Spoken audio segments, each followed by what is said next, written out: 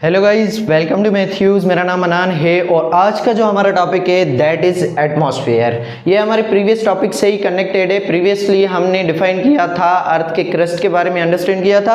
अर्थ के क्रस्ट से ही हमने ये टॉपिक लिया है एटमॉस्फेयर, और आज हम डिफाइन करेंगे एटमॉस्फेयर को। एटमॉस्फेयर है क्या? The atmosphere is the blanket of gases and the water vapors which covers the globe earth and make life possible on it। ये हमारी अर्थ है।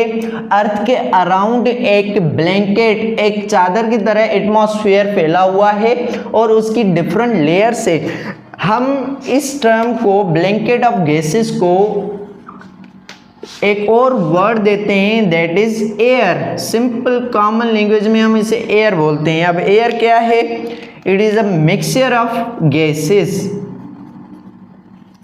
एयर को हम बोलते हैं मिक्सचर ऑफ गैसेस।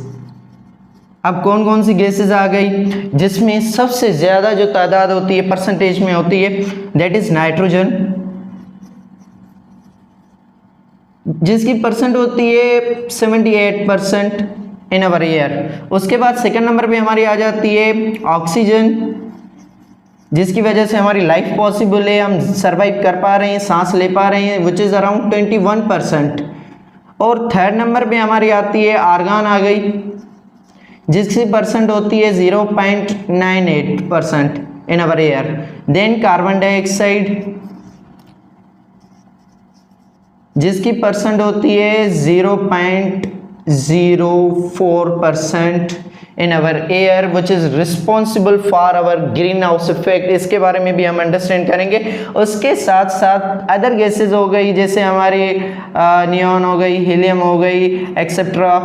इसी एयर में हमारे वाटर वेपर्स भी होते हैं प्लस डस्ट पार्टिकल्स भी होते हैं। Water vapours plus dust particles.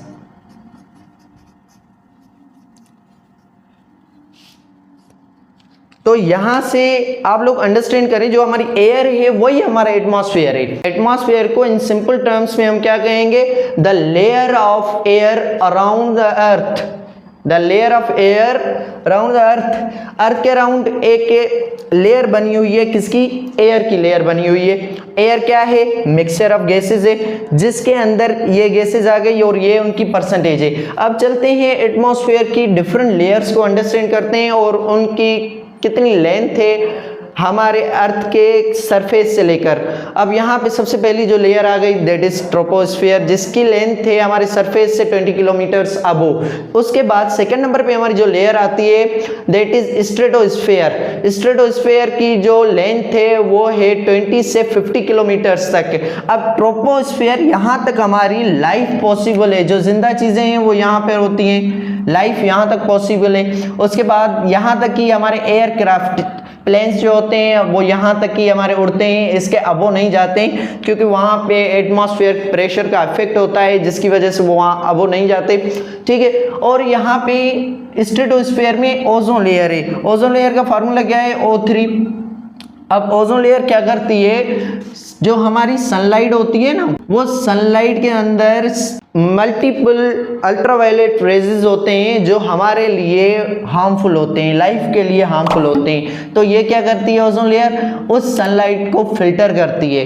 हमारे तक जो सनलाइट आती है वो फिल्टर होके, इस ओजोन लेयर से फिल्टर होके आती है, तभी वो सनलाइट हमारे लिए इतनी ज़्यादा हार्मफुल नहीं होती। ठीक है, हमारे लिए यूजफुल होती है। अगर ये ओजोन लेयर ना हो, डायरेक्ट सनलाइट हमारी तरफ आए, अर्थ की तरफ आए, तो मल्टीपल डिजीजेस काज कर सकते हैं लाइफ के अंदर। उसके बाद हम आगे चलते हैं 50 किलोमीटर से अबो 85 किलोमीटर तक हमारी मेसोस्फीयर आ गई।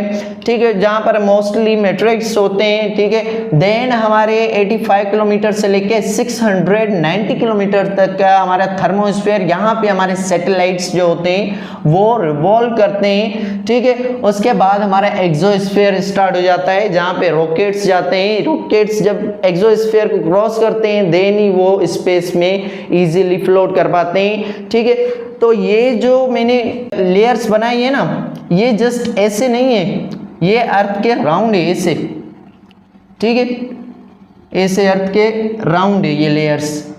तो याद रखें these are the different layers of atmosphere, और ये एटमॉस्फेयर की डेफिनेशन है।